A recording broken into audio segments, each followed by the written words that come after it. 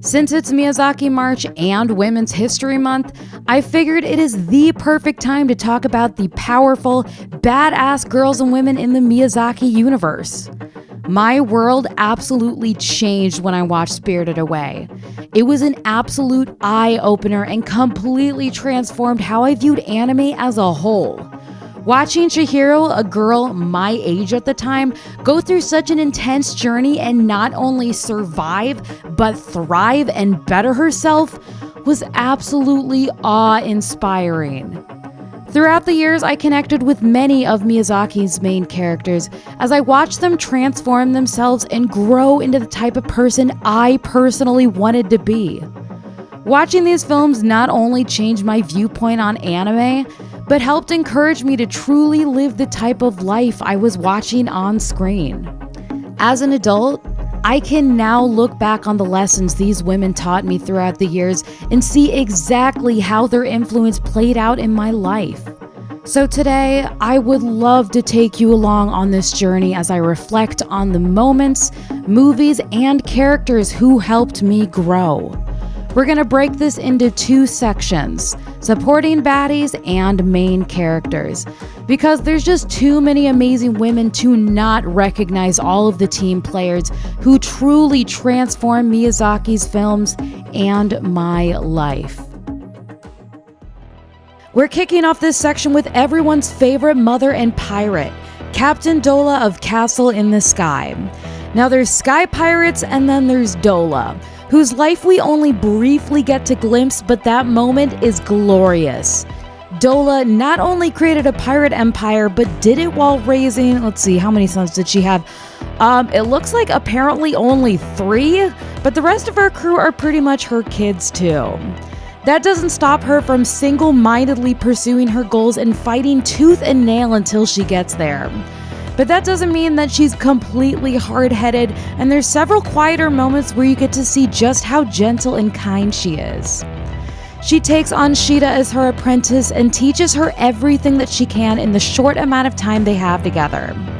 Watching her growing up, I was just like, hell yeah, bitch, let's fucking go! She carved a space for herself in a male-dominated industry and didn't ask for permission or forgiveness. Like, she gives no fucks, and I absolutely adore her for that. She takes no prisoners and suffers no fools who aren't her sons. And even then, and yeah, I definitely want to be her when I grow up. Just, maybe not the pirate aspect of her. Speaking of bad bitches, let's jump to the Spirited Away universe where we have Lin, who was the ultimate baddie for me when I originally watched it. Beautiful, powerful, a hard worker, stands up for herself, but also kind to those who she cares about. Now, she has to front when she first meets Chihiro, but I personally think that was more from exhaustion and exasperation, especially seen as how her coworkers treat her in general. But then you really get to see how much she actually cares for Chihiro, literally from the start moment when they get to start working together. I vividly remember watching them during the scene where her and Chihiro are sitting on the balcony and just watching the night sky and thinking, that's the kind of woman I want to be when I grow up. The way that she cares and looks after everyone around her while also advocating for herself and just being a bad bitch in general. Just like, she's so cool. Plus, that scene where she threatens No Face and promises to beat his ass if he lays a hand on Chihiro, I think I definitely fell in love there. Which checks out because by 9, let's see, I already had a pretty lengthy history of falling for bad bitches, anime or otherwise. We're talking Ryoko, Zhang, Satine, and Rin. Now, the supporting baddie who made the biggest impression on me growing up was Ursula from Kiki's Delivery Service. Watching this film when I was 13, I got to see Ursula just living her best life as an artist, living off the land, and just getting to do her art every day. Like, oh my god, she was my idol. I'm a musician, and at that time of my life, I really wanted to pursue that aspect of my creativity, but I was going through a lot, and it just didn't seem like something that was going to be actually realistic for me long term. It was just kind of more of a hobby, and I wanted more than that, but it just didn't seem like it was actually going to be able to be a thing. So getting to see someone like Ursula living my dream life, she was everything. She lived in a beautiful house out in the country. She was self-sufficient in every way, and she got to paint all day and befriend natural wildlife. Like, come on. Especially for me who lived out in the country and loved being creative, this was the ultimate adulting dream. But those were just the outside elements. Who she is as a person moved me even more. The way that she encourages Kiki, especially when Kiki's in her slump, to just slow down, take a break, and come back to it at a later time, that reached me. I was constantly hitting creative slumps, especially at that time where I'd literally given up piano and guitar after being overly burned out, and I was just so unbelievably depressed. Having that reassurance from a grown-up who's in that life, that meant the world to me.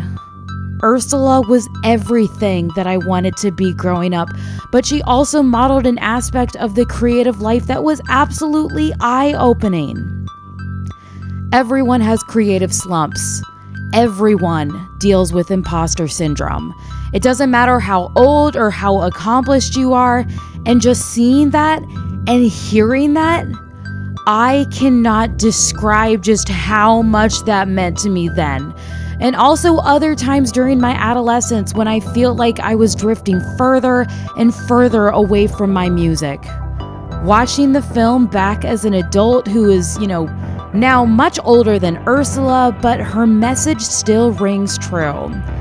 I think we can all try to listen to that message more and give ourselves grace during those days where our imposter syndrome and cognitive distortions rear their ugly heads. I will absolutely adore this woman. Now on to our main characters. Kicking off, we have Sophie from Howl's Moving Castle, who came to me during a time in my life where I felt ridiculously insecure. It was the first year of junior high, and I had been separated from all of my friends who went to one school and I went to another. All, and I mean all, of the personality traits that I had been previously praised for were suddenly seen as too much, disruptive, and annoying. My confidence, self-esteem, and body image completely plummeted. I had really liked who I was up until then, but suddenly I felt isolated and ugly. Watching Howl's Moving Castle and Sophie's transformative journey made me feel so representative because, like Sophie, I felt like a burden. I felt invisible, and I was constantly talking down to myself. And although this movie didn't magically fix everything, watching her journey did make me feel less alone. She claimed her power, and in a way that she had never done before, and that transformation made her beautiful, and to the point where her changing looks weren't even a factor anymore. As I watched, I hoped and prayed that one day I was going to find myself again. And although it would be literal years and years before I even started to regain even a glimmer of that confidence again, Sophie helped hold the space with me. And for that, I will be forever grateful for her influence. When I first watched Nausicaa, I was absolutely blown away by everything about her.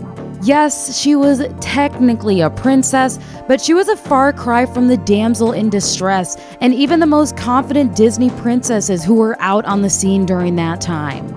Her title was princess, but at the end of the day, she was a leader to her community.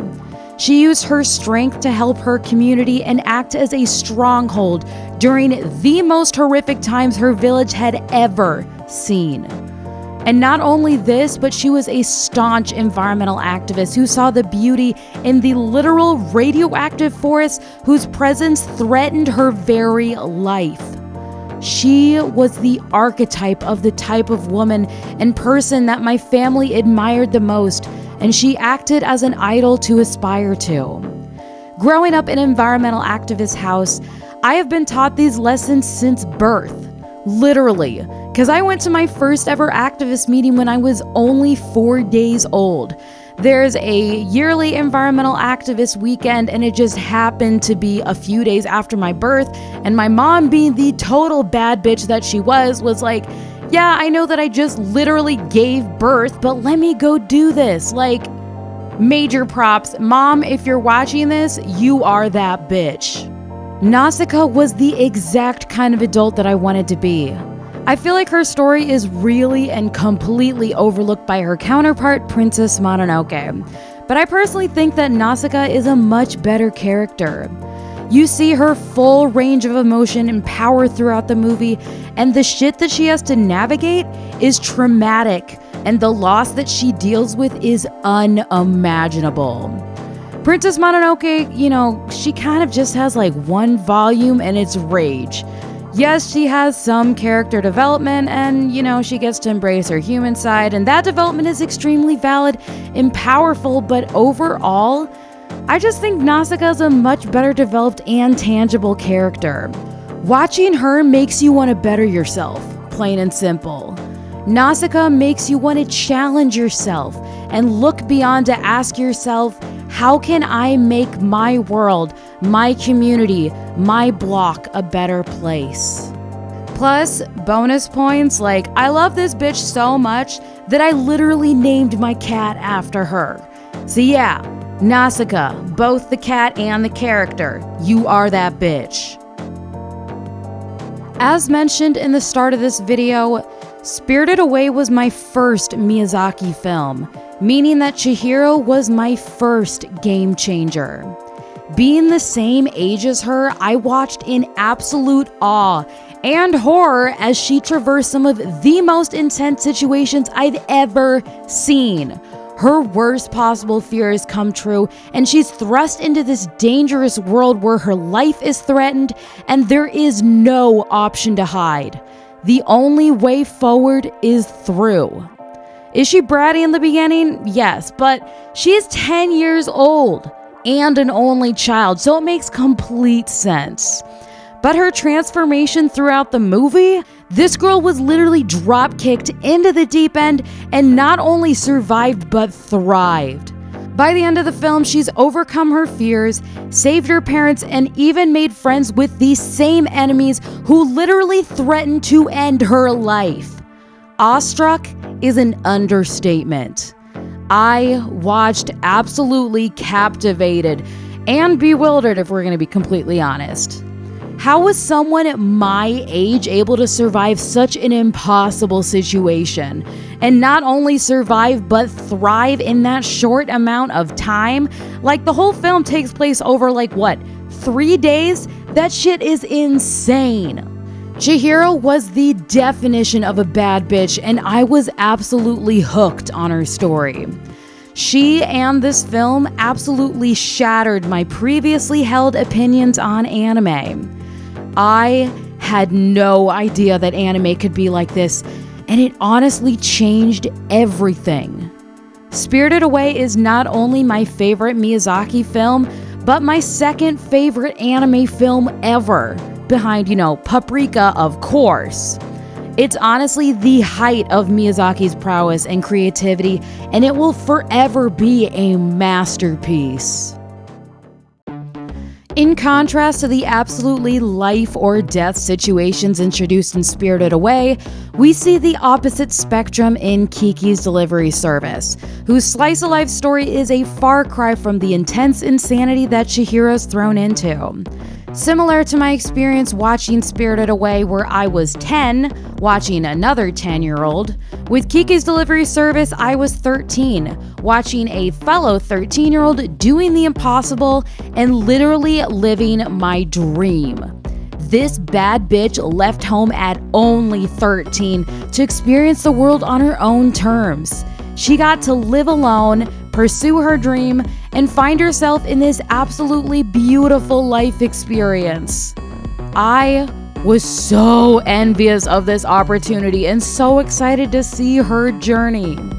As a creative type, being able to have full reign and pursue my music, that shit was an absolute dream, but obviously wasn't really an option since I was in school and, couldn't just drop everything. So getting to watch her go for it was amazing. But through Kiki's journey, we also saw her fail. And by fail, I mean we watched her entire world fall apart. She lost her abilities, her confidence, and her business, which was halted due to losing her powers that allowed her to do it in the first place.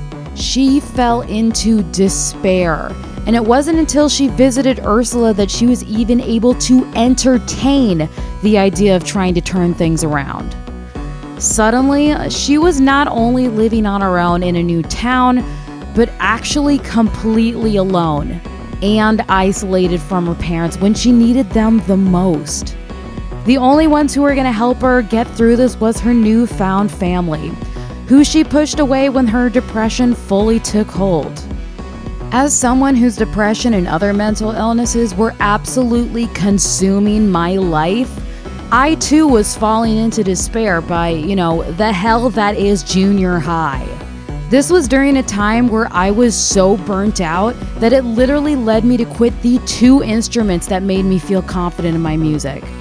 Like Kiki, I was losing everything and everyone who made me feel like myself and all of the aspects of myself that I actually liked and felt confident about. So watching Kiki express this absolutely devastating loss to Ursula, it was so helpful. And, just like in the film, although Ursula did give her some good advice, the most powerful thing that Ursula did was just hold the space and sit with Kiki while she was at her lowest. And eventually, Kiki was able to start pulling things together, but even by the end, she wasn't back to original powers, and I honestly think that's the most powerful lesson that I learned watching this film.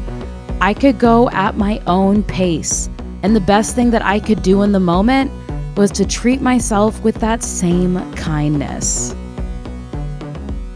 And finally, we come to the character who's influenced me and my life the most. Shizuku from Whisper the Heart helped me during one of the most difficult life transitions I'd ever faced. Now, let's just get this out of the way real quick. Miyazaki did not direct this film. He did write the screenplay for it, but Whisper of the Heart was directed by Yoshifumi Kondo, who is expected to become Miyazaki's successor, before his untimely death at the very young age of 47 in 1998. Whisper of the Heart was his directorial debut in 1995, and it honestly changed my whole world. At this time in my life, I was facing a crossroads. From the ages of 7 to 15, I locked myself into a dream and life path. I loved frogs so much that I decided I was going to become a herpetologist, which is the study of amphibians and reptiles. I was going to get my PhD by 28 and save the frogs. It was a path that I felt like I needed to take, especially being raised in an environmental activist family. I needed to step up and do my part to save the world. And yes, I was very excited about this, but the more that I looked into the day-to-day nitty-gritty of the job, I was really quickly starting to realize that I didn't think I actually wanted to do this. I still have the diary where I wrote at the age of 7 that I wanted to become a famous singer. But compared to saving the environment, that felt like a hobby. And if I really cared about my community, I would make the right choice.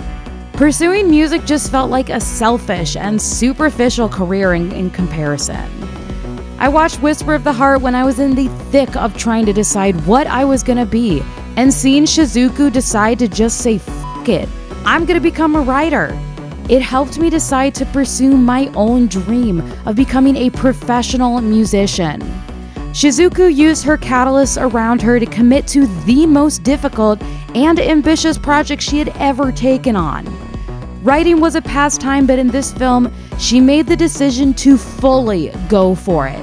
She pushed away all other distractions and fully immersed herself, even to the downfall of her academic career. Watching her summon her own strength to dive into the terrifying deep end helped me look inward and decide that yes, I wanted to do that too. This film was a catalyst that helped me get there and start letting go of my previous dream so that I had the energy and ability to fully commit to my new one.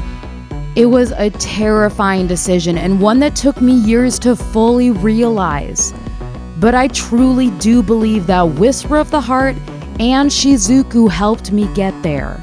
And that is why this film, out of all the others on this list, and Shizuku were my most important and influential characters of my life. I think we've all been influenced by Miyazaki films over the years. Whether it was the characters, storylines, or the imagery, he has a magical way of creating worlds that aren't just beautiful, but touch something in your soul. For me, the characters were the biggest influences and catalysts.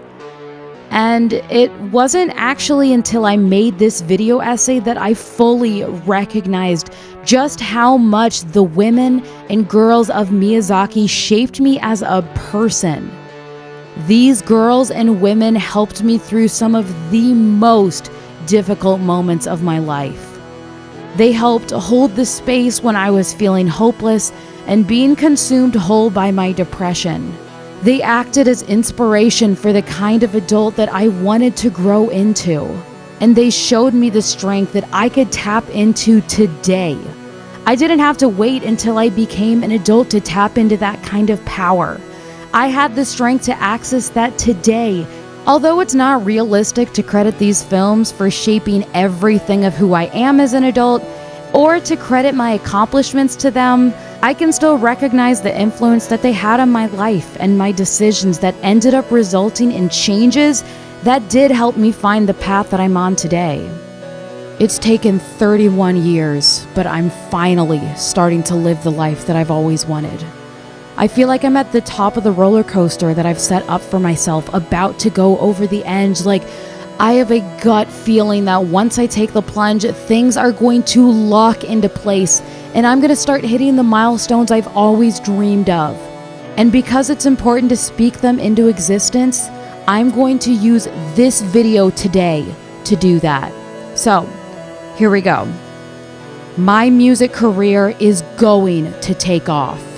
It's going to allow me to start to tour internationally and make a living off of that. I am going to quit my day job. I'm going to build multiple streams of income, starting with YouTube, that allow me to quit and go fully freelance. I'm going to live the life that I want, where I get to do what I want. And I'm going to use this video today as a milestone to look back on as these pieces come together and pinpoint this moment right here with all of you as the catalyst for my entire life changing. Thank you for being a part of this massive life moment and just being here with me and sitting with me and just holding the space with me. I cannot thank you guys enough. And with that being said, thank y'all so much, and I cannot stress this enough. Thank you all so much for sticking around for this moment to be here with me. And I'll see all of y'all on the next one.